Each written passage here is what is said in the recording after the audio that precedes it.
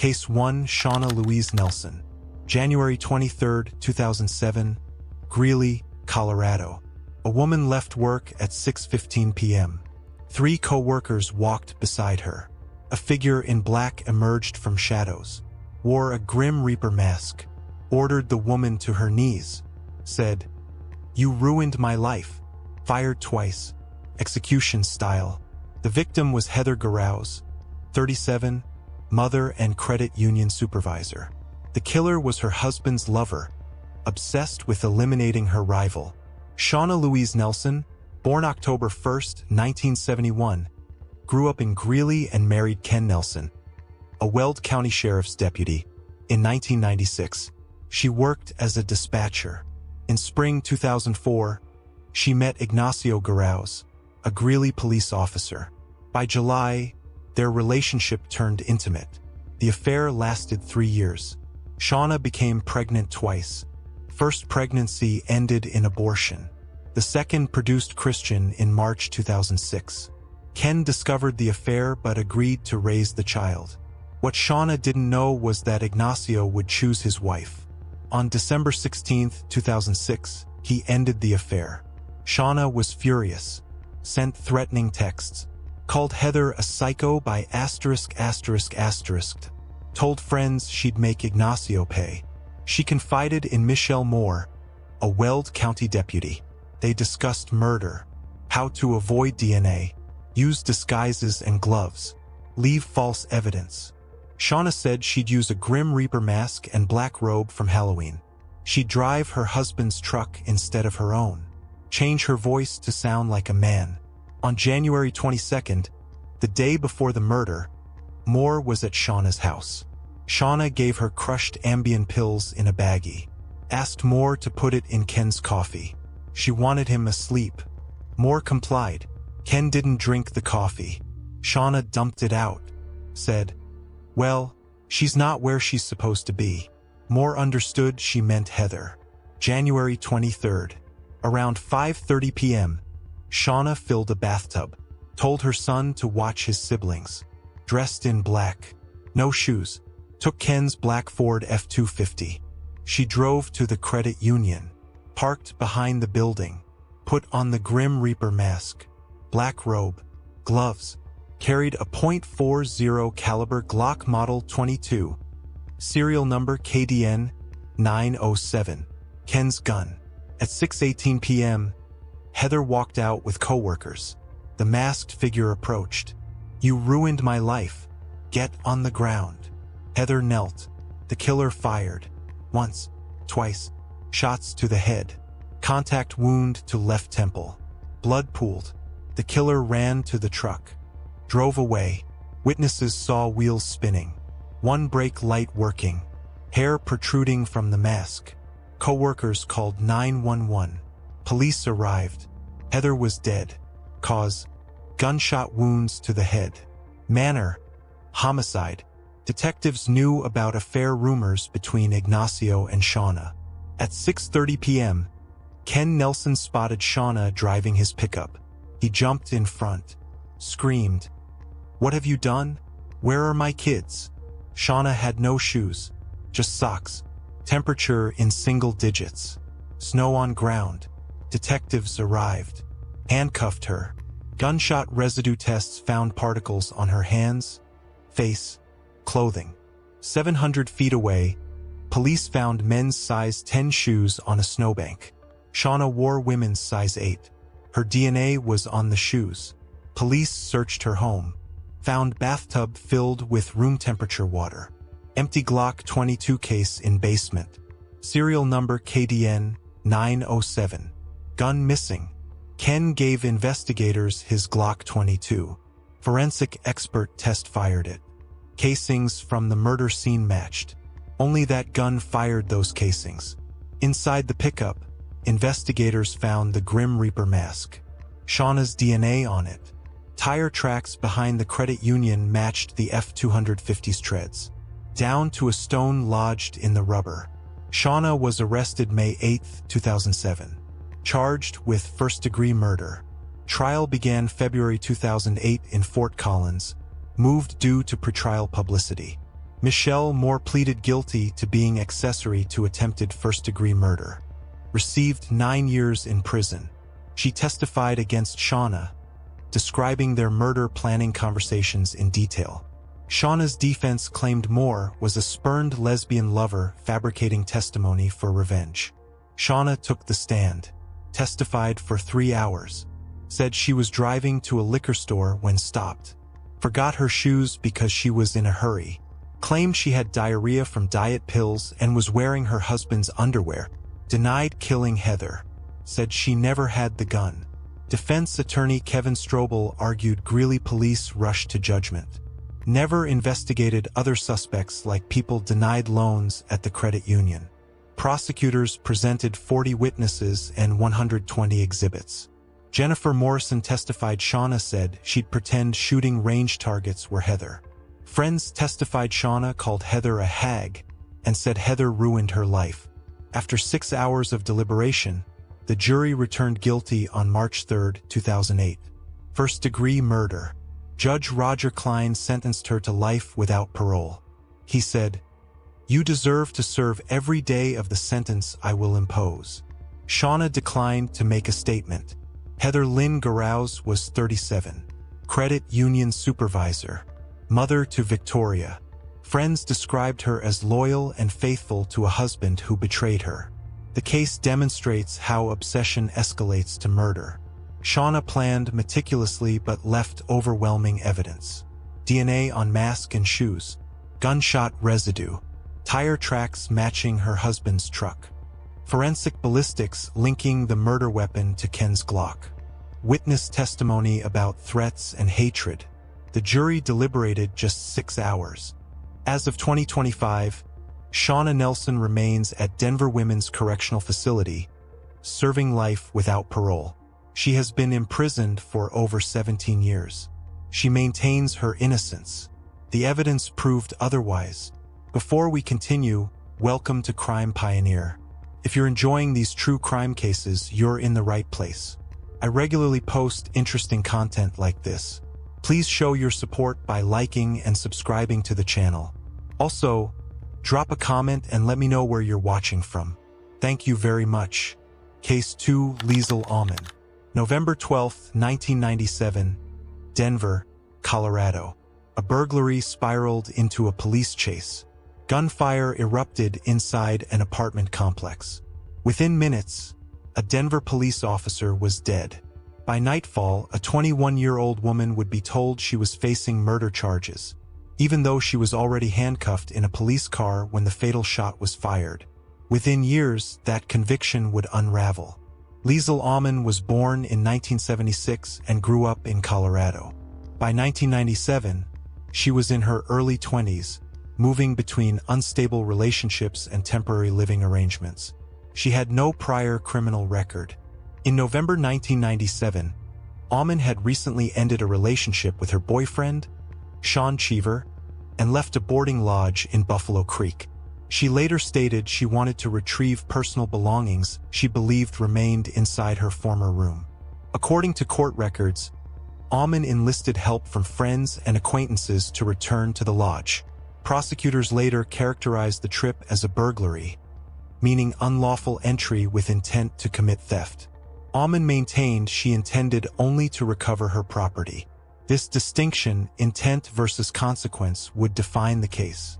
On November 12, 1997, Aumann and several companions traveled to the Buffalo Creek Lodge in 2 vehicles, a black Chevy and a red Trans Am.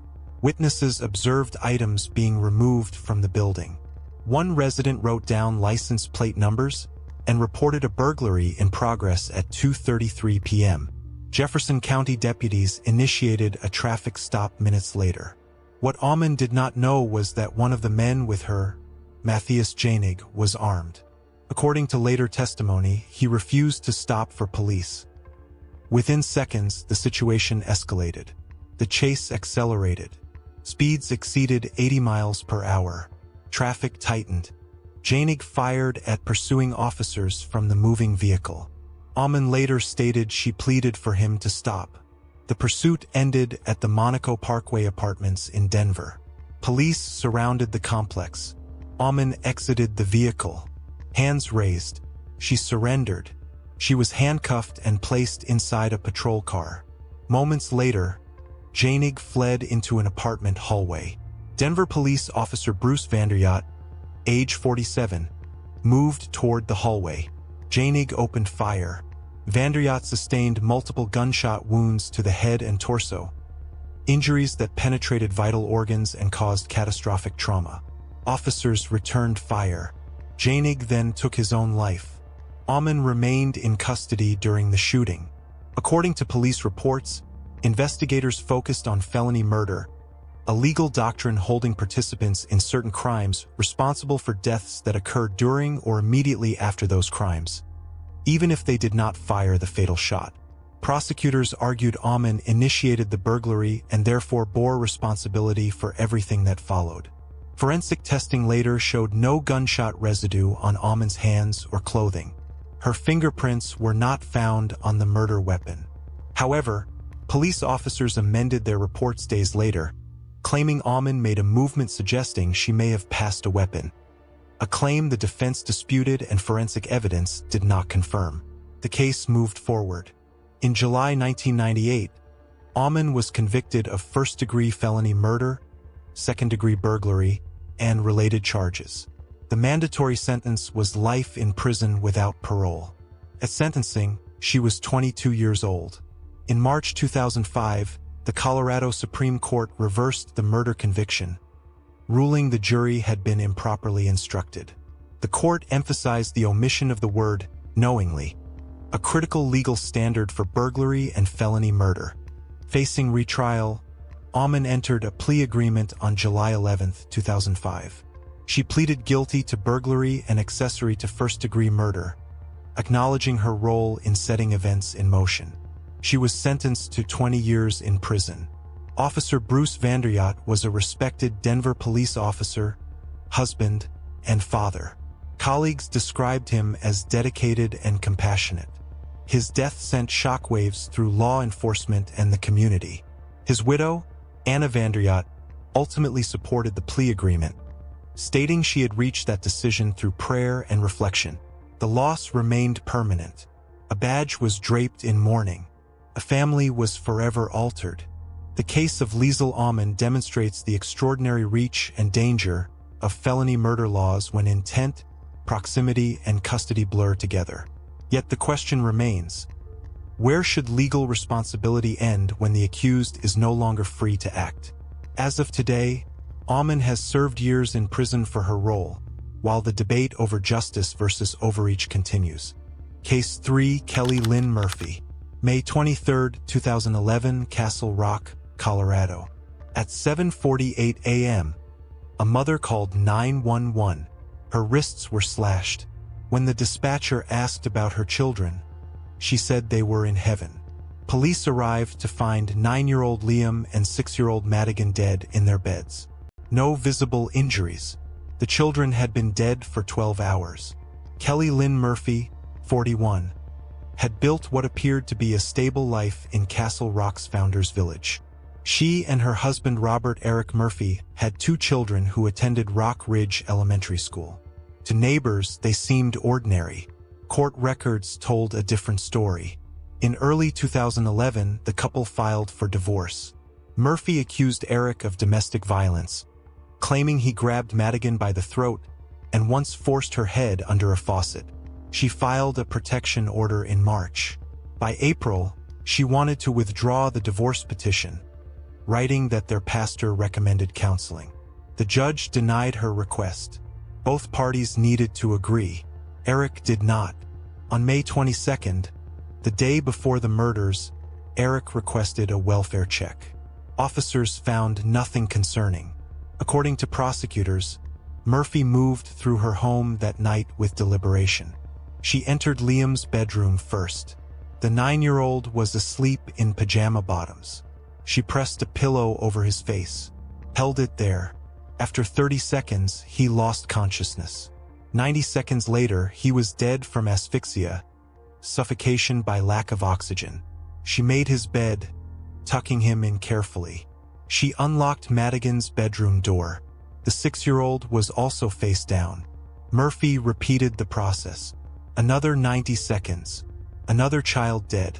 Paramedic Scott McKenna later testified Madigan's room was spotless, arranged like a model home. What Murphy didn't know was that evidence would contradict her defense. Toxicology reports on both children came back negative. Autopsies confirmed asphyxia. The manner was ruled homicide. For 12 hours, the bodies remained in their beds.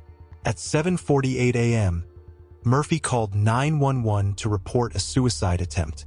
Her wrist lacerations were not life-threatening. The 911 call became damning evidence. When asked about the children, Murphy said they were in heaven. When asked what happened, she said 4 times she needed an attorney. Prosecutors argued this proved consciousness and legal awareness. Officer William Harris arrived within minutes. He held paper towels over Murphy's wrists while questioning her. She said the children were deceased and pointed down the hallway. Officers found them smothered, with no blood in either room. Critical detail. When Eric Murphy arrived, Sergeant Scott Clayton watched his reaction. Eric asked if his kids were okay. Clayton said no. Eric collapsed, screaming. Detectives found court-ordered custody paperwork on the kitchen table with handwritten words. Was it worth it? Prosecutors said Murphy wrote this blaming Eric for fighting for joint custody. The couple had been scheduled for court on May 24th to arrange joint custody. Murphy was arrested that day and charged with 2 counts of first-degree murder after deliberation, 2 counts of first-degree murder of a victim under 12 by a person in a position of trust, and 2 counts of child abuse resulting in death. The trial began in November 2012. Deputy District Attorney Chris Gallo described Murphy as controlling and calculating. She told her husband she wanted 100% custody and 100% of his salary. Gallo said Murphy refused to share her children. It was Kelly's way or no way. Defense attorney Ara Ahanian argued Murphy blacked out after drinking vodka and taking sleeping pills. He claimed her intent was suicide, not murder. She planned to fall asleep so her children would find her peacefully rather than abandoned. When she woke, she discovered them dead with no memory of what happened. She cut her wrists in despair. The prosecution countered with medical testimony. An expert said smothering 2 children required sustained effort and awareness. Paramedic Larry Reynolds testified Murphy didn't appear intoxicated, though she was slow to respond, possibly from blood loss. Toxicology tests showed only Benadryl. No vodka, no sleeping pills. The jury saw photographs. Liam's body in pajama bottoms. Madigan in her immaculate room. Murphy turned away. Family members wept. The trial was held on what would have been Liam's 11th birthday. After 2 weeks of testimony and 90 minutes of deliberation, the jury returned their verdict on November 27, 2012. Guilty on all counts. Judge Vincent White immediately imposed 2 consecutive life sentences without parole. Murphy, 43, stood silently and was led from the courtroom. Liam was 9 with his whole future ahead. Madigan was 6, described by her teacher as an honor to know. A memorial service drew hundreds to Castle Rock's Founders Park. Eric attended but didn't speak. The family's statement thanked law enforcement and jurors, acknowledging nothing could fill the void left by the children's absence. The case raises uncomfortable questions. When does a parent's desire for control consume them so completely that their children's lives become negotiable? How does a mother who reportedly loved her children decide to end their lives rather than share custody? Murphy remains incarcerated in the Colorado prison system, serving consecutive life sentences without parole. As of 2025, she has been imprisoned for over 12 years. Her children would have been 24 and 21. Instead, they remain forever 9 and 6. Case 4, Molly Midayet, February 24, 2006, Louisville, Colorado. A 10-week-old infant arrived at Boulder Medical Center barely conscious. Multiple broken bones, skull fracture, brain swelling so severe it protruded through his soft spot. Doctors asked the parents how long they'd waited to seek help. The answer would send both to prison. but only one had been home when the injuries occurred. Molly Bowers, 28, had a law degree from Michigan State and was pursuing advanced studies in international law. Born in 1978 in Boulder, she reconnected in 2004 with Alex Midayet, a childhood acquaintance from their swim team days. Alex came from wealth. His father, J. Nold Midayet, was a prominent architect who owned significant Pearl Street Mall properties. By spring 2005, Molly was pregnant. They married that summer. After a difficult pregnancy, Jason J. Midayet was born December 17, 2005, slightly premature. He came home Christmas Eve. 6 weeks later, Molly returned to work. Alex stayed home as primary caregiver.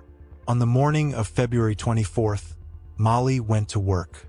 Around noon, Alex called. Jason wasn't acting right, he said. Nothing seemed urgent. Alex even asked if he could go golfing when Molly got home and whether she could help him score marijuana. Molly arrived home to find Jason strangely lethargic. He'd rest his head on her shoulder, then stiffen, jerk. She called the pediatrician, got an appointment for 3:30 p.m. When she tried waking Jason for the appointment, he couldn't fully wake.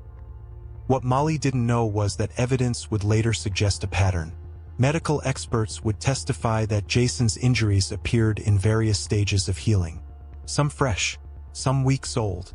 Prosecutors would argue this meant prolonged, repeated trauma. At the pediatrician's office, the doctor immediately noticed Jason's soft spot was hard and bulging, a sign of severe brain injury. She sent them to Boulder Community Hospital's emergency room. A CT scan revealed the full horror. Multiple broken bones, skull fracture, massive head injury leaving him comatose. A doctor pulled Molly and Alex aside, asked who else had been watching the baby. They said nobody. Police were called. Both sets of grandparents arrived. The Midayet family's attorney, Paul McCormick, showed up. He instructed Molly not to talk to police. Jason was transported to Children's Hospital in Denver. His parents couldn't ride in the ambulance. They were suspects. At Children's, doctors delivered devastating news. Jason's head injuries were too severe. He would die. Human Services appointed a legal guardian for Jason's care, since both parents were suspects. That night, Molly and Alex got just minutes in his room. Jason spent his last conscious moments alone, Molly would later say. On March 1st, life support was removed. For 48 hours, his parents held him. He died in Molly's arms on March 3, 2006. The coroner ruled Jason's death a homicide after experts found brittle bone disease unlikely. Jason had over 30 broken bones. Some were healing, suggesting repeated trauma over weeks. For over a year, no charges were filed. In May 2007, a Boulder grand jury indicted both parents. Alex faced 4 counts, including causing injury. Molly faced 3 counts for not getting help in time. Molly went to trial first in December 2007. Prosecutors argued she knew about ongoing abuse and failed to get help. Medical experts testified Jason's pediatrician found nothing wrong during weekly wellness checks. Then came February 24th. Doctors said they were surprised the parents waited so long before seeking help. Molly took the stand as the only defense witness. She denied knowing how Jason got injured. She said Alex didn't do it. When asked to explain the injuries, she had no idea. But in closing arguments, her attorney Craig Truman suggested Alex had committed child abuse. The jury deliberated 90 minutes. Guilty. Alex screamed obscenities. Judge Lael Montgomery sentenced Molly to 16 years, the minimum. April 2008. Alex's trial came in 2009. He was acquitted of knowingly causing injuries. Instead, jurors convicted him of criminally negligent child abuse, a lesser crime. Judge Montgomery gave him 16 years, the maximum for that charge. After conviction, Molly claimed she'd been intimidated by Alex and his powerful family, that their attorney had sabotaged her defense. In 2011, Judge Montgomery denied her request for a new trial, finding no evidence of mental incompetence. Jason J. Midayet was 10 weeks old, barely long enough to learn his parents' faces, too young to protect himself from whoever inflicted over 30 broken bones and the skull fracture that killed him. The case raises questions about how the legal system assigns responsibility when a child dies. Molly was at work when the fatal injuries occurred, yet she received the same sentence as Alex, who was home alone with Jason.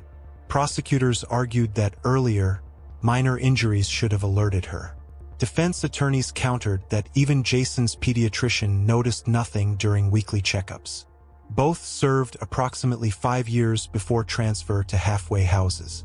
Both were granted early release consideration due to good behavior. As of 2025, questions remain about what really happened in that Louisville home. Who inflicted which injuries? When? Did one parent know what the other was doing? Or were both genuinely unaware until it was too late? The jury heard the evidence and reached their verdict. But the moral calculus of equal sentences for unequal involvement continues to trouble observers. If you found this video interesting so far, please hit the like button and subscribe to my channel. Thanks for your support. Case 5, Isabella Guzman. August 28, 2013, Aurora, Colorado. Police were called to a quiet suburban home after reports of a domestic disturbance. Hours later, they returned to find a woman dead on a bathroom floor. She had been stabbed dozens of times. The suspect was her own daughter. Isabella Guzman was 18 years old, legally an adult for just 2 months. The case would raise disturbing questions about warning signs, police intervention, and whether a homicide could have been prevented. Within 16 hours, Guzman would be under arrest. Isabella Guzman was born in June 1995. She lived with her mother, Yunmi Hoy, age 47, and her stepfather, Ryan Hoy, in Aurora, Colorado. Family members described ongoing conflict between Isabella and her mother, including frequent arguments and escalating hostility. According to court documents and family statements, Guzman's behavior had become increasingly threatening in the days leading up to the killing. Her stepfather told police she had yelled at her mother and spit in her face. The day before the homicide, Guzman sent her mother an email that read, "You will pay." There was no documented criminal history prior to the incident. No formal mental health diagnosis was publicly confirmed at the time of arrest. However, police reports show that Yunmi Hoy was frightened enough by her daughter's behavior to call police earlier that same day. That call would later become central to the investigation. Evening, August 28, 2013. Yunmi Hoy returned home from work around 9:30 p.m. She went upstairs to shower in the bathroom. Downstairs, her husband was eating dinner. Within minutes, he heard a thumping sound. Then a voice, calling his name. He ran upstairs. The bathroom door was closed. Pushing from the other side, he tried to force it open. Blood seeped under the door. What he didn't know was that police had already warned the family hours earlier. Officers had responded to a disturbance and told Isabella her mother could legally force her to leave the home. That warning did not stop what came next. Inside the bathroom, the attack was already underway. Short sentences now. A knife, repeated thrusts, close range. An autopsy later revealed 31 stab wounds to the face and 48 stab wounds to the neck.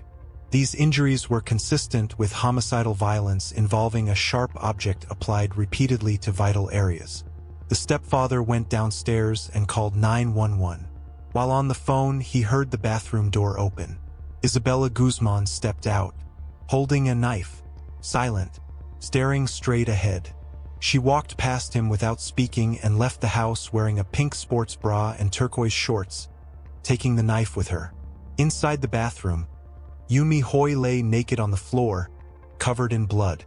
A baseball bat was found beneath her body, though no evidence suggested it was used. Emergency responders arrived minutes later. No pulse, no response. She was pronounced dead at the scene. According to police reports, officers immediately secured the residence and began a manhunt for Isabella Guzman. Witness statements from the stepfather were corroborated by physical evidence at the scene. Forensic analysis confirmed that Yoonmi Hoi died from multiple stab wounds, with fatal injuries concentrated to the face and neck, areas containing major blood vessels and the airway. The manner of death was ruled homicide. Investigators also reviewed the earlier police visit that same day. Officers had responded to a reported threat but did not make an arrest, citing no immediate physical violence at the time. 16 hours after the killing, police located Guzman at a parking garage near South Parker Road and East Hampton Avenue. Items believed to be connected to the homicide were found in and around the garage. Guzman was detained without incident and taken into custody. Isabella Guzman was arrested on August 29, 2013, and charged with first-degree murder, meaning prosecutors believed the killing was intentional and deliberate. She was also charged with 2 counts of a crime of violence, a sentencing enhancement under Colorado law. At her initial court appearance, Guzman wore an orange jail jumpsuit and shackles. Court officials reported she initially refused to leave her cell. When she did appear, she was observed smiling and making faces toward the courtroom camera. A judge ordered her held without bond. As of the latest available court records, Guzman remains incarcerated awaiting trial. No verdict has been rendered, and all charges remain allegations pending judicial resolution. Yoonmi Hoi was described by family as a hardworking business owner who often worked long hours to support her family. She owned a portrait studio and was known for her dedication to her daughter despite years of conflict. Her death shocked the Aurora community. Neighbors left items outside the home. Family members described heartbreak and disbelief. Her ex-husband told reporters, "We're heartbroken," adding that he never imagined violence on this scale. The case left one woman dead and an entire family permanently fractured. The case of Isabella Guzman demonstrates how rapidly domestic conflict can escalate into irreversible violence. Yet the unresolved question remains. When police are warned in advance, where does responsibility end? At intervention or at outcome? As this case continues through the courts, that question remains unanswered. Case 6. Malika TMU Griffin. May 18, 1999, Denver, Colorado. An argument erupted on Humboldt Street. Neighbors watched. A woman returned to her apartment, came back with a 9mm handgun, laser sight attached. She fired once, point blank into her neighbor's back. The bullet pierced his lung, pierced his heart. He died instantly. The shooter fled, hid for 6 years across the country. When police searched her apartment, they found an arsenal and a diary filled with hatred. Malika TMU Griffin, born May 11, 1971, seemed an unlikely killer. She graduated magna cum laude from Jackson State University in 1993 with a chemistry degree. Intelligent and introverted, traveled solo through Europe after graduation. In 1998, she moved to Denver, worked at a pharmacy. Never missed work, but neighbors saw a different side. She confronted them over trivial matters, especially when people parked in front of her rented room. In 1999, Griffin lived next door to Jason Patrick Horsley, 25, and his fiancée Deborah Loisel. Both were white. Horsley was a carpenter from Wyoming. Each day after work, he unloaded tools onto the sidewalk. This enraged Griffin. She cursed at him, threatened to kill their dogs while screaming racial slurs. What Horsley didn't know was that Griffin harbored extreme hatred documented in a secret diary. She wrote about starting a race war, about killing white people. Her private writings revealed an obsession invisible to co-workers and family. On May 18, 1999, tensions erupted. Horsley was unloading tools from his truck. Griffin confronted him again. Witnesses heard them arguing. Voices raised. The dispute escalated. Griffin walked back into her apartment, returned moments later, carrying a 9mm handgun with laser sight. She approached Horsley from behind, fired once. The bullet entered his back, penetrated his lung, pierced his heart. Horsley collapsed, died within seconds. Witnesses watched in horror. Griffin fled on foot westward along East 23rd Avenue. She ran to the nearby home of Monique Thomas, an acquaintance. Thomas was home with her toddler. Griffin demanded the car keys. Thomas refused. Griffin pulled the gun. Thomas handed over the keys. Griffin drove away in the stolen vehicle. Police responded to reports of gunfire. Found Horsley dead on Humboldt Street. Witnesses immediately identified Griffin as the shooter. Deborah told investigators she believed their neighbor Malika was responsible. Detectives obtained a search warrant. Inside Griffin's apartment, a 9mm assault rifle, ammunition, hand grenades, books on terrorism including the Anarchist Cookbook. Most disturbing was her diary. Pages of violent hatred targeting white people. One entry: "I am so sick of looking at white people. I wish I could kill those no-good faggot, pedophilic, rapists, thieves and make it painful. Very." Another: "Kill your enemies by any means. Knives, guns, poison, hire killers, make your own bomb. Enough talk, do it. Kill them. Do it often and subtlety." Griffin's car was found abandoned in Iowa City.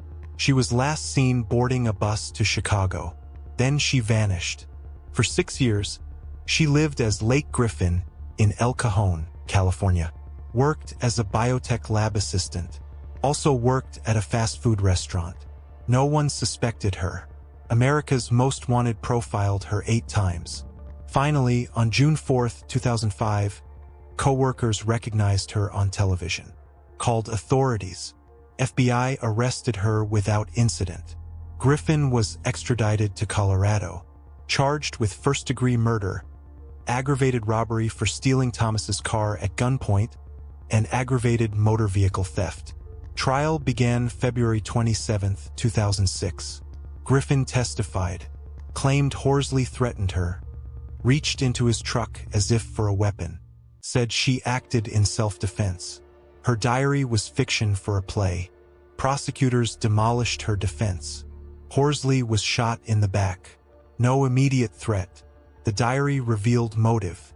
After 1 week of trial and 7 hours of deliberation, the jury returned guilty on March 5, 2006.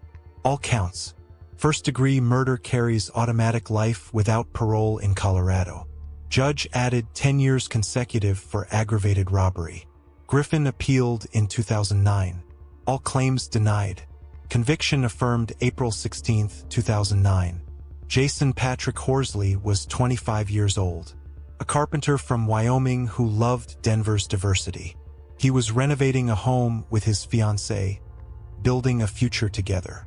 He died over a parking dispute with a neighbor who secretly fantasized about racial violence.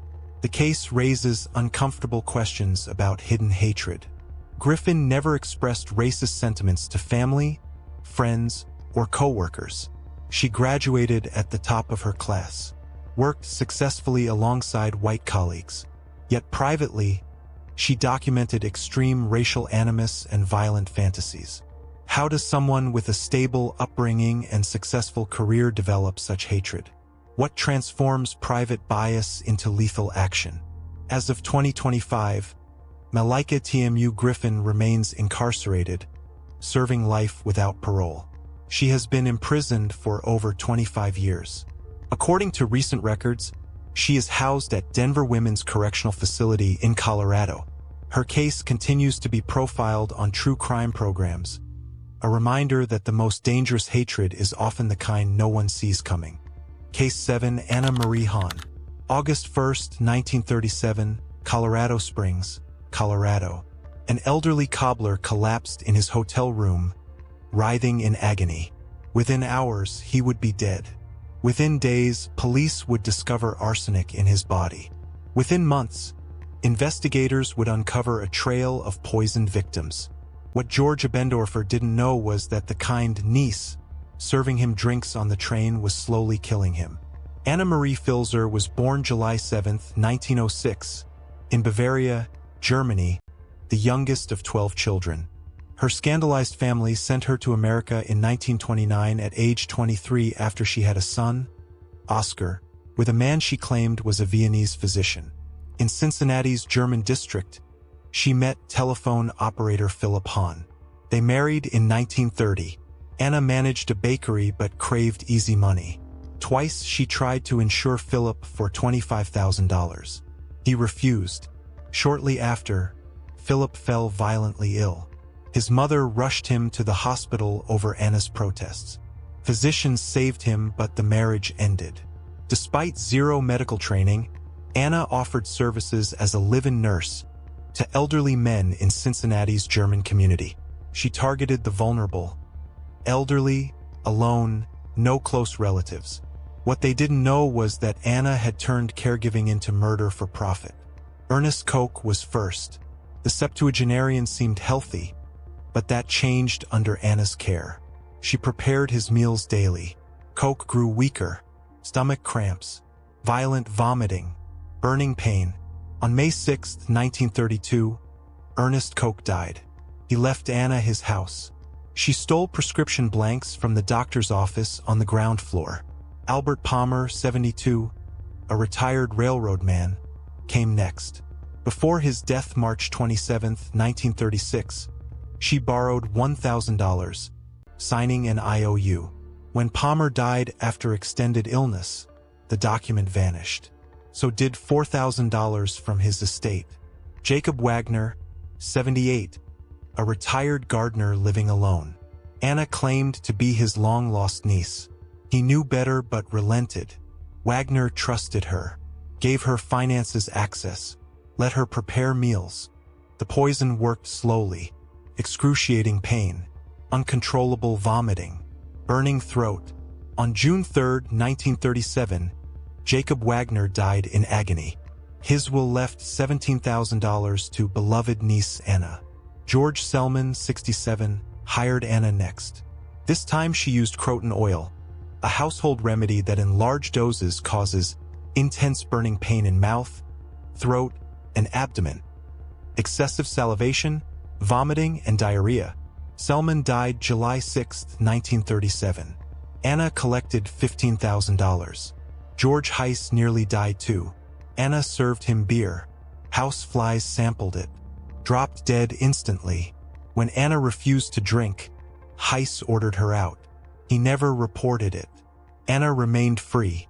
George Abendorfer, 67, a cobbler, recently separated. Anna convinced him to visit her ranch in Colorado. They traveled by train with her son Oscar. Anna served George drinks. He became ill. Stomach cramps, violent retching, burning pain. Park Hotel, July 30, 1937. Abendorfer's condition worsened. August 1st, he died. Anna looted his account, pocketing $5,000. When asked about funeral expenses, she balked. That refusal ended her killing spree. Colorado police suspected the bank transfer. Autopsy revealed arsenic in Abendorfer's body. Cincinnati authorities arrested Anna when she returned home. Exhumations revealed poison in each victim. Different types each time. Wagner, arsenic. Selman, croton oil. Palmer, metallic poison. Anna's home contained enough poison to kill half of Cincinnati. Philip Hahn provided crucial evidence. Croton oil he'd hidden after suspecting Anna poisoned him. A pharmacist confirmed Anna purchased it July 20, 1936. Anna's son Oscar gave devastating testimony. She purchased Abendorfer's ticket at Union Terminal. She served him drinks on the train. He became ill before reaching Colorado. Bank examiners discovered the pattern. Forged signatures, vanishing IOUs, convenient wills, multiple elderly men dying while in Anna's care. Anna was arrested August 10, 1937, charged with first-degree murder in Wagner's death, meaning premeditated killing for financial gain. Trial began October 11, 1937. Judge Charles S. Bell presided. 11 women and 1 man comprised the jury. Prosecutors presented overwhelming evidence. A chemist testified Wagner had enough arsenic to kill 4 men. A handwriting expert proved his will was forged. Judge Bell allowed evidence from other poisoning cases to show pattern. George Heiss testified about poisoned beer and dead flies. The prosecution presented Wagner and Palmer's preserved internal organs as exhibits. Prosecutor outcalls closing. From the 4 corners of this room, those old men say, "Do your duty. I ask that you withhold any recommendations of mercy." 2 hours later, guilty verdict. No recommendation for mercy. Historic decision. Ohio had never executed a woman. Judge Bell sentenced her to death. May God have mercy on your soul. Appeals delayed execution until December 7, 1938. Anna's victims were vulnerable elderly men seeking companionship in their final years. Ernest Koch, Albert Palmer, Jacob Wagner, George Selman, and George Abendorfer had worked hard their entire lives. Anna exploited their loneliness. She targeted men without close relatives, knowing no one would question sudden illnesses. She stole life savings, forged wills, watched them die in agony. The German community mourned men who had immigrated decades earlier, built honest lives, only to be murdered by someone who spoke their language and pretended to care. December 7, 1938. Anna walked toward Ohio's electric chair. She collapsed, screaming, "Don't do this to me. Won't someone help me?" Halfway through the Lord's Prayer with Father Sullivan, the switch was thrown. Pronounced dead at 8:13 p.m., Anna became the first woman executed in Ohio. Before death, she wrote confession letters sold to fund Oscar's education. "I don't know how I could have done the things I did." The case of Anna Marie Hahn demonstrates how trust becomes a weapon without conscience. Yet questions remain. How does a mother transform caregiving into systematic murder? At what point did financial desperation cross into serial killing? How many survived simply because they noticed something wrong, but never reported it? Anna rests in unsanctified ground at Holy Cross Catholic Cemetery in Columbus. Her victims rest in graves paid for by families who never suspected the kind nurse was a killer. Case 8, Claudine Longuet. March 21, 1976. Aspen, Colorado. An Olympic skier prepared to shower after a day on the slopes. A single gunshot echoed. Within minutes, he would bleed out in an ambulance. Within months, his girlfriend would face trial. What Spider Savage didn't know was that the fragile French singer holding the pistol would serve just 30 days in jail. Claudine Georgette Longuet was born January 29, 1942, in Paris, France. At age 19, she arrived in Las Vegas and joined Lou Foley's Bergera at the Tropicana Casino, a French-style burlesque show. In 1961, she met crooner Andy Williams when her car broke down. He stopped to help. They married that December.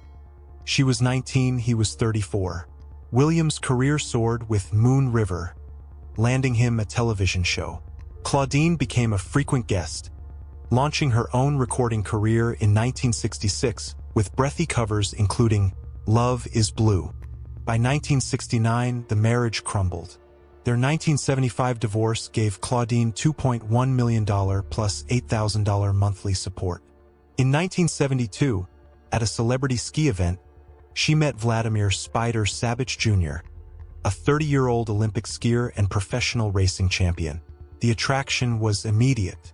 What began as romance would end in death. March 21, 1976.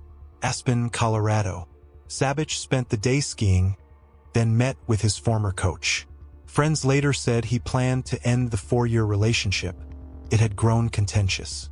Longuet saw her children off to school, stopped at a bar for wine, then waited home. Savage arrived at 4 p.m. headed for the bathroom, stripped to blue thermal underwear, planned to shower before a party. Longuet walked in, holding a pistol, a cheap Luger knockoff. A single shot rang out. The bullet struck Savage's abdomen. He staggered, clutched his stomach, called Longuet's name 3 times, slid down the wall. Blood pooled on the floor. Massive hemorrhaging. Longett's children, Noel, 12, Christian, 11, Bobby, 6, ran to the sound, saw the skier bleeding in their mother's arms. She called for help, sent them outside. Sabich lost tremendous blood before the ambulance arrived. Died en route to the hospital. Longett rode beside him. He was 30 years old. Aspen police made 2 critical errors. Without warrants, they forced Longett to provide a blood sample and confiscated her diary. According to prosecutors, the blood showed cocaine. The diary documented a failing relationship. Longett told officers she was fooling around with the gun. Police said she aimed at Sabich and made a gunshot sound. Boom, boom. The autopsy revealed critical evidence. When shot, Sabich was bent over, facing away at least 6 feet from Longett. This positioning was inconsistent with demonstrating firearm operation. Before trial, the Colorado Supreme Court ruled Longett's rights were violated. The blood test and diary were inadmissible. Prosecutor Frank Tucker was devastated. She was an over-the-hill glamourpuss, he said. Andy Williams had already dumped her, and she was not going to be dumped again.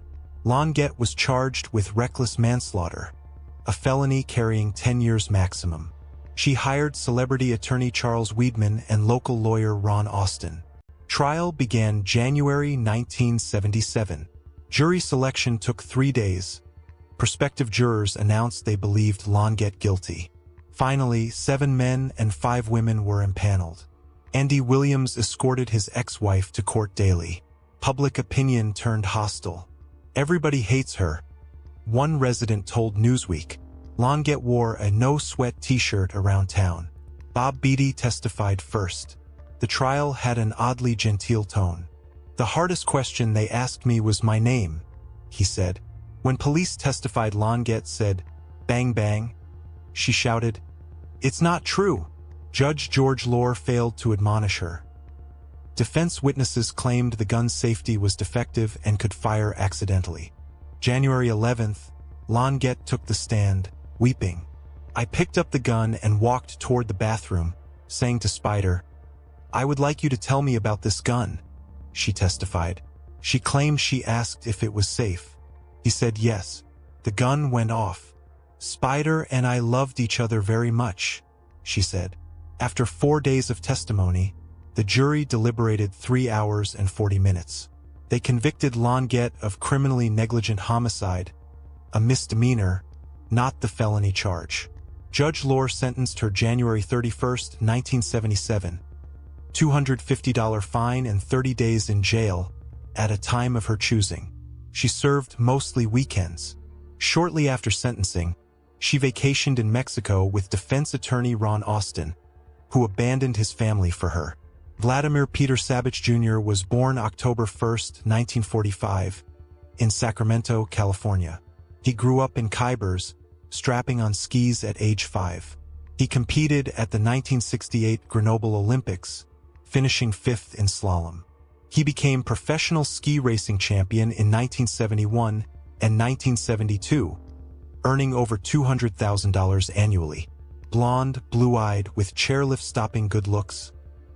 He was charismatic and brilliant, an engineering major with a great sense of humor. His family believed Longett murdered him. "I've always known she shot Spider Sabich and meant to do it," said Prosecutor Tucker. Spider's brother Steve stated, "Claudine accomplished only 2 things, marrying Andy Williams and getting away with murder." The Sabich family filed a $1.3 million wrongful death lawsuit. It settled out of court with a clause barring Longett from ever speaking about the case. The case of Claudine Longett demonstrates how celebrity and procedural errors can override forensic evidence. Yet questions remain. How does a woman shoot a man bent over, facing away, 6 feet distant, and claim accident? Why did Judge Lohr allow her to choose when to serve her sentence? How many similar cases would end differently without fame? As of 2025, Claudine Longett, now 83, lives in Aspen with Ron Austin, whom she married. She has never performed since the trial. Spider Sabich rests at Westwood Hills Memorial Park in Placerville, California. Case 9, Kara Laurel Lounsbury. January 14, 2009, Hudson, Colorado. A surveillance camera captured an SUV at 3 a.m. 9 minutes later. It turned toward the neighboring house. Within an hour, 2 people would be dead in their bed. What Kara Lounsbury didn't know was that her brother's security system had recorded everything. Kara Laurel Lounsbury was born August 15, 1977. Her childhood was fractured. Her parents, Harold Happ, Inander and Geraldine Pett, divorced in 1985 when Kara was 8. She lived with her mother until age 11, then with her father until 1993, when she attempted suicide. During therapy, Kara alleged sexual abuse by Happ. Medical evaluation found no evidence. Both Kara and her brother Jared alleged verbal abuse from their father during childhood. Despite this, Happ attempted reconciliation. He put both children on his company payroll, paying approximately $3,000 monthly for little work. Happ founded Aquahot Heating Systems in Fort Lupton, employing 75 people making water heaters for high-end RVs. He was a respected businessman and church leader. Kara married Stuart Lounsbury, who worked at Aquahot for a decade. She lived near Denver International Airport, 21 miles from her father's rural home. Her relationship with Happ went through phases of contact and estrangement. In 2005, her stepfather gave her a Glock 9mm pistol. By late 2008, Kara was desperate. She needed money for back surgery. Just before Christmas, she asked Jared why he'd never killed their father. She wanted to find Happ's will, fearing she'd been cut out. January 14, 2009, 3 a.m. Harold Happ Inander, 69, and Velva Sue Inander, 61, slept in their bedroom. Married 3 years, Sue tried to bring peace to Happ's fractured family. Kara drove her black Chevy Tahoe to Jared's house. The surveillance camera captured an SUV with brush guard and star-shaped wheels. A female figure knocked. No answer.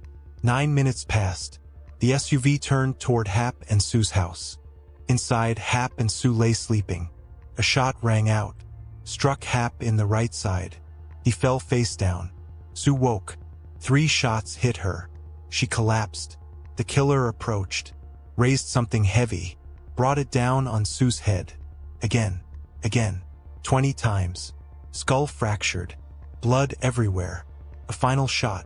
The killer ransacked the house, trashed the office, staged a home invasion. An hour later, the SUV left. Lights off. That morning, Kara reported her Glock stolen. January 15, 2009, 9:38 a.m. Linda Higgins called dispatch. She hadn't heard from the Inanders since January 13th. They'd missed church. She entered through an unlocked door, found Sue face down, covered in blood. Happ lay on the opposite side of the bed. Autopsies revealed Happ died from a gunshot to the right side. Sue had been shot multiple times and beaten. More than 20 skull lacerations. Jared showed detectives his surveillance footage. The video showed the SUV at 3 a.m. Prosecutors noted similarities to Kara's vehicle, model, brush guard, star-shaped wheels. Detectives searched Kara's Tahoe, found matching brush guard and wheels. The coroner reported the Inanders were killed with a Glock 9mm or Sigma 9mm based on distinctive rectangular marks on shell casings. Kara owned a Glock. A latex glove at the scene contained DNA from Sue and another woman. Kara's DNA was among potential matches. When questioned, Kara wavered, said she was at the scene, then wasn't, then admitted going to Jared's house. She denied killing anyone, claiming her brother framed her. Kara was arrested February 26, 2009, charged with 2 counts of first-degree murder, meaning premeditated killing. Trial began February 2010. Defense attorney Chad Oxman argued the case was written, produced, and directed by Jared. She didn't do it. This is a setup. No blood from the scene was found in Kara's vehicle. It defies science, Oxman said. Prosecutors presented the surveillance video showing the SUV during the murder window. Jared testified Kara asked him before Christmas why he'd never killed their father. Chief Deputy DA Jim Colgan focused on Sue's injuries. She could have just shot her. Her head was crushed in 20 times. Why? Because she didn't like her. She felt threatened. She was going to get some of her money. She hated her. The jury deliberated 7 hours. February 16, 2010, they returned guilty verdicts on both counts. Judge John Byron immediately sentenced Kara to 2 concurrent life sentences without parole. "This was an incredibly violent and callous crime," said Don Quick. "To kill your own parents for money is exceptionally heinous." Harold Hap Inander was a successful businessman who employed 75 people and even retrofitted a $1 million RV for Bill Gates. He was a generous church leader with a heart of gold.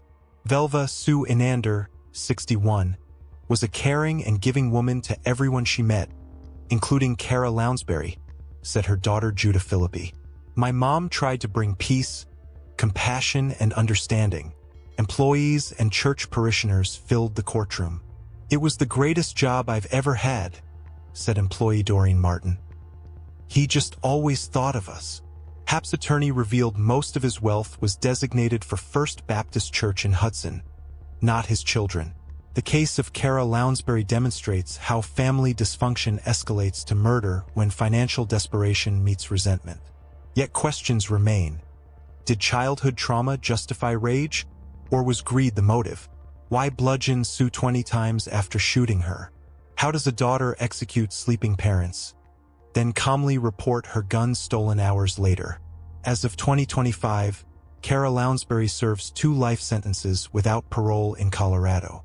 Her brother's surveillance system captured the truth she tried to hide. Case 10, Judias Buenoano. A canoe overturned in slow-moving water. A mother and 1 son made it to shore. The other son, wearing 60 pounds of leg braces, sank and drowned. What 19-year-old Michael Goodyear didn't know was that his mother had been poisoning him for months, waiting for the perfect moment to finish what she'd started.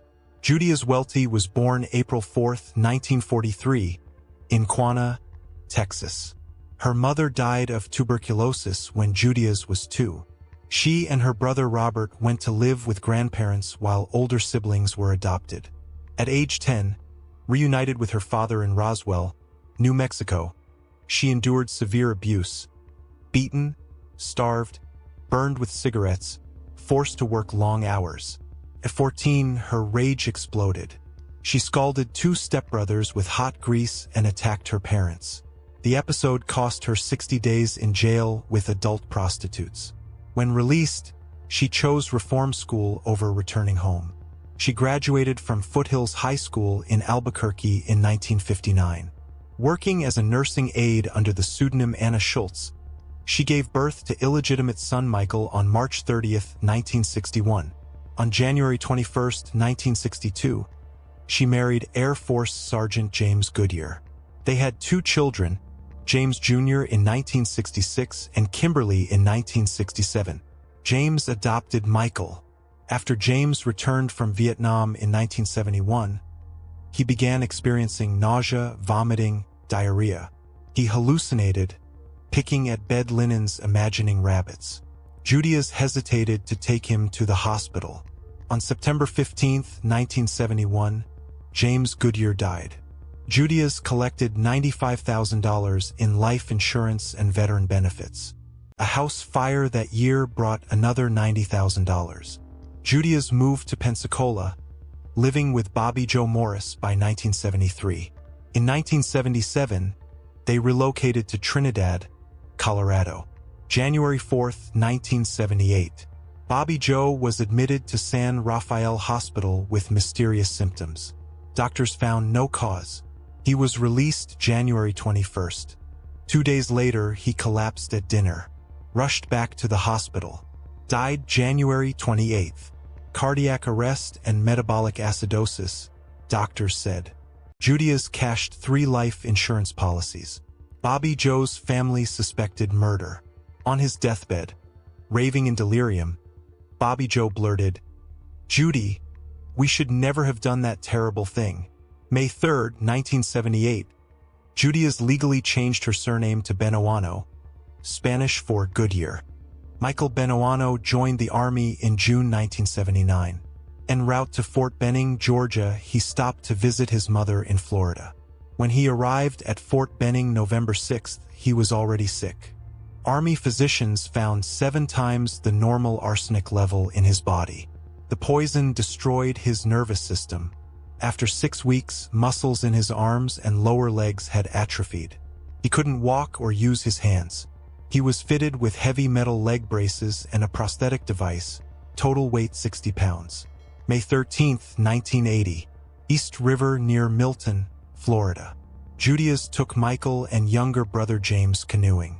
Michael sat in a folding lawn chair placed in the middle of the 2-seater canoe. He wore both leg braces with leather shoes, his prosthetic hook. What Michael didn't know was that his mother had 3 insurance policies on his life totaling over $50,000. The canoe capsized. James said a snake fell in, causing confusion. They hit a submerged log. James knocked unconscious, or so he claimed. Judias surfaced, found James face down, cleared his airway, resuscitated him. Michael sank like a stone. The braces pulled him under. He couldn't swim, couldn't save himself. Fisherman Ricky Hicks found Judias and James floating 600 feet from the bridge around 3:30 p.m. He retrieved the overturned canoe, ice chest, debris, also 2 ski belts. 3 hours later, Michael's body was found a quarter-mile upriver, midstream. No ski belt on his body. Judias's first concern was for James. She asked Hicks for a beer, drank it, told him it was useless to look for Michael. Former neighbor Constance Lang testified Judias was ashamed of Michael, making him leave when visitors came. She was distant to Michael, close to James and Kimberly. Army investigators suspected foul play. Handwriting experts examined insurance applications. Michael's signature appeared forged. In 1983, Judias became engaged to Pensacola businessman John Gentry. In October 1982, they purchased life insurance policies on each other. Judias secretly increased Gentry's coverage from $50,000 to $500,000. By December, she was giving him vitamin capsules that caused dizziness and vomiting. Hospitalized for 12 days, Gentry's symptoms disappeared when he stopped taking the vitamins. June 25, 1983, Gentry left a dinner party to buy champagne. Judias had told him she was pregnant. When he turned the ignition key, a bomb exploded. He barely survived. Police discovered Judias had been sterilized in 1975. She wasn't pregnant. She'd been telling friends Gentry had a terminal illness, booking a world cruise for herself and her children without Gentry. Analysis of the vitamin capsules revealed paraformaldehyde, a poison with no medical use. Searches found wire and tape in Judias's bedroom matching the car bomb. February 11, 1984, Bobby Joe Morris was exhumed. Arsenic found. March 14, James Goodyear exhumed. Arsenic found. Judias was arrested January 11, 1984, charged with first-degree murder in Michael's death. Trial began March 22nd. Convicted March 31st. Sentenced to life without parole for 25 years. October 1984. Convicted of attempting to murder John Gentry. Sentenced to 12 years consecutive to her life term. October 22, 1985. Tried for murdering James Goodyear. Convicted after 1 week. November 16th. Sentenced to death. Prosecutor Russell Edgar dubbed her the Black Widow. She feeds off her mates and her young, he said. The motive was twisted greed. Judias maintained innocence for 13 years on death row. Mothers just don't murder their children, she told a TV interviewer. I'm tired. I'm ready to go home. March 30th, 1998, 7:08 a.m. Florida State Prison, Stark. Judias Buenoano, 54, was strapped into the electric chair. Asked for last words. She whispered, "No, sir." I shut, fists clenched. 2,300 volts surged through her body. Smoke rose from her bare right leg. Pronounced dead 7:13 a.m. Michael's 37th birthday. She was the first woman executed in Florida since 1848. James Goodyear served his country in Vietnam, returning home to die slowly from poison. Bobby Joe Morris trusted the woman he loved. Michael Goodyear, 19, couldn't walk or use his hands due to his mother's arsenic, then drowned weighted down by braces. John Gentry survived only because he stopped taking the vitamins. Judias collected approximately $240,000 in insurance money from the deaths. Her daughter Kimberly, 30, steadfastly believed in her mother's innocence. She did things with us. She worked a lot, but she always made time for us. The case of Judias Buenoano demonstrates how trust becomes lethal when combined with greed. Yet questions remain. Did childhood abuse create a monster, or merely provide an excuse? How does a mother poison her own son into paralysis, then drown him in a staged accident? And how many more victims might there have been if John Gentry's car bomb hadn't failed? As of 1998, Judias Buenoano rests in an unmarked grave. Her 3 confirmed victims, husband, boyfriend, and son, remain silent witnesses to a mother's ultimate betrayal. Case 11, Jill Coit, October 22, 1993, Steamboat Springs, Colorado. A respected local businessman failed to open his hardware store. Hours later, his body was found inside his home. Within weeks, police would arrest the woman who had once been his wife. Jill Coit was 50 years old. She had been married more than 10 times. What made this case extraordinary was not just the killing, but the long pattern of deception, litigation, and manipulation that investigators believed led directly to murder. Within 2 years, a Colorado jury would sentence her to life in prison. Jill Lenita Billiot was born on June 11, 1943, and grew up in a stable, middle-class family. By her late teens, she had already married and divorced, beginning a lifelong pattern of short marriages, overlapping relationships, and frequent name changes. Over the next 3 decades, Coit married at least 9 men, sometimes committing bigamy. Court records later showed she routinely misrepresented pregnancies, finances, and legal status. Several former husbands described her as charismatic, persuasive, and highly manipulative. Her relationship with Gerald Boggs, a 52-year-old hardware store owner in Steamboat Springs, followed the same trajectory. Their marriage lasted just 7 days before Boggs sought an annulment after discovering Coit was still legally married to another man. By 1993, the two were locked in a bitter civil lawsuit over ownership of a bed and breakfast property. A trial scheduled to begin 1 week after Boggs was killed. On the morning of October 22, 1993, Gerald Boggs followed his usual routine. He failed to appear at work. Family members went to his home in Steamboat Springs and discovered his body inside. Investigators documented signs of a targeted attack inside a private residence. What Boggs did not know was that the woman he had legally disentangled himself from was still fighting him, not just in court but privately. Prosecutors later argued the lawsuit represented an existential threat to Coit. Boggs was struck, stunned with an electrical device, shot with a .22 caliber pistol. A gunshot wound to the chest, meaning a bullet penetrated vital organs, proved fatal.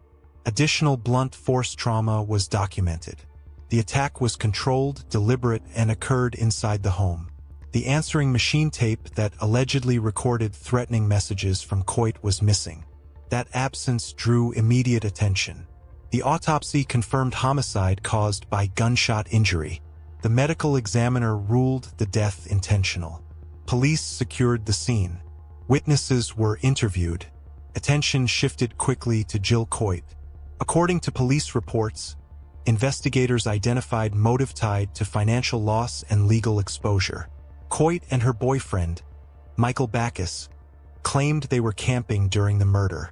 That alibi began to unravel. Witnesses later stated Backus had offered money to have Boggs killed. Others reported Coit herself soliciting violence, portraying Boggs as a sexual predator. Forensic analysis confirmed the victim had been stunned before being shot.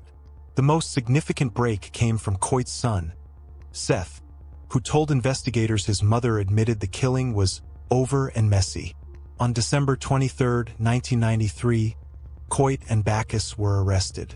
Coit was charged with first-degree murder, meaning prosecutors alleged premeditation, and conspiracy to commit murder, meaning an agreement existed to carry out the killing. The trial was moved from Routt County to Grand County due to pretrial publicity. Over 6 weeks, jurors heard extensive evidence regarding Coit's civil lawsuit, prior deceptions, and alleged solicitations of murder.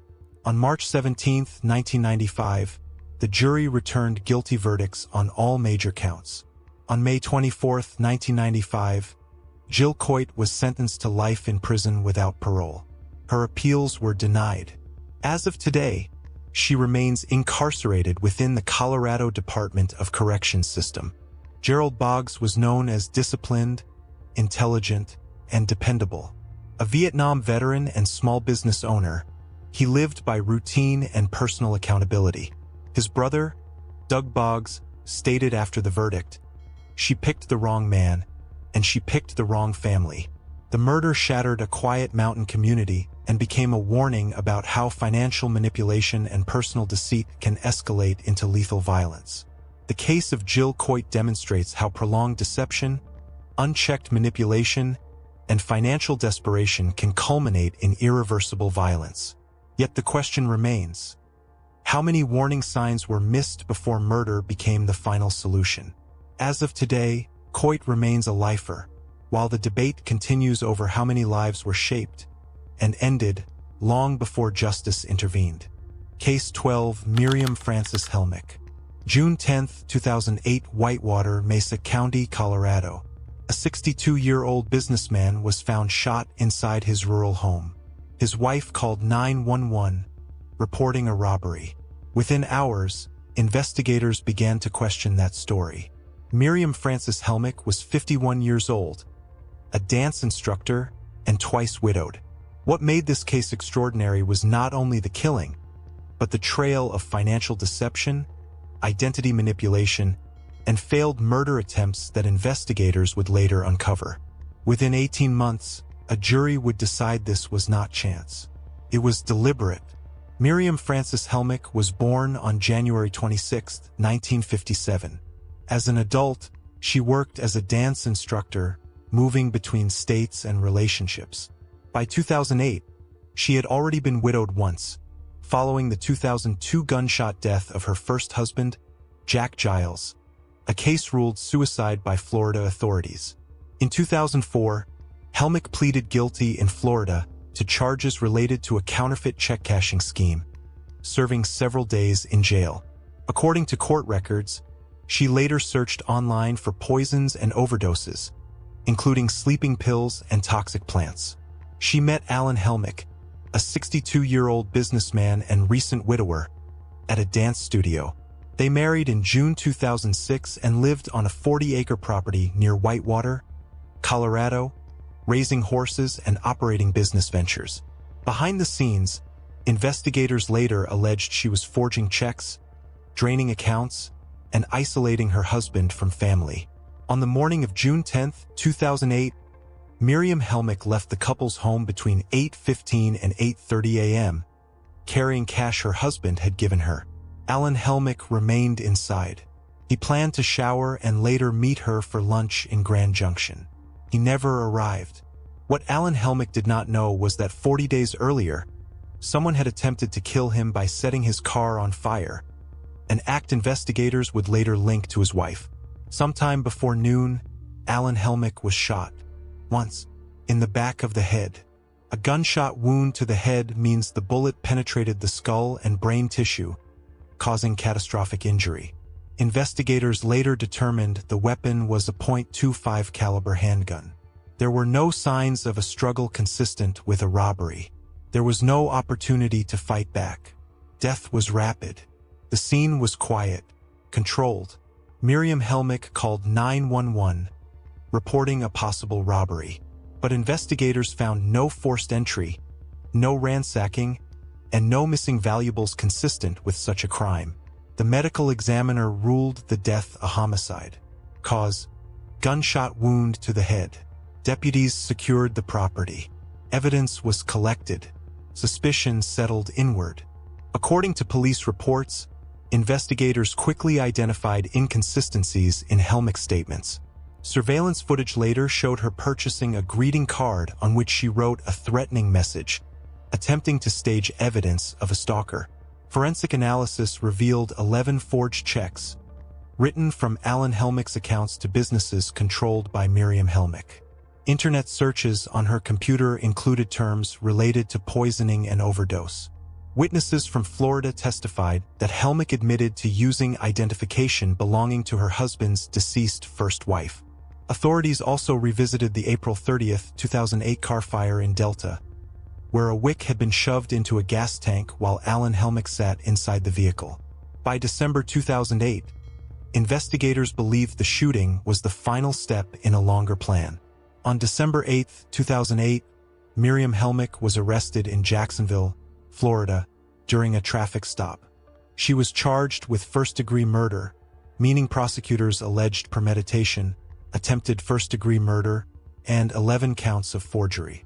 At trial, prosecutors argued Helmick targeted financially stable men, assumed identities, and escalated to murder when control began to slip. The defense challenged the lack of direct witnesses. On December 8, 2009, a jury convicted Helmick on all major counts. She was sentenced to life in prison without parole, plus 198 additional years, a symbolic sentence reflecting multiple crimes across different dates. As of today, she remains incarcerated. Alan Helmick was described as logical, generous, and deeply devoted to his children and grandchildren. A successful businessman, he trusted easily and valued loyalty. His daughters told the court their father had embraced his second wife and paid the ultimate price for that trust. The crime left lasting damage not only to a family, but to a rural community that believed itself insulated from such calculated violence. The case of Miriam Helmick demonstrates how financial exploitation and identity fraud can escalate into lethal control. Yet the question remains: how many warning signs must surface before manipulation becomes murder? As of today, Helmick remains a lifer, while the line between trust and vulnerability continues to haunt similar cases. If you found this video interesting, please like and subscribe to my channel. These 12 cases prove that evil often hides behind ordinary faces. Which case disturbed you the most? Let me know in the comments below. Thank you for watching Crime Pioneer, and I'll see you in the next video.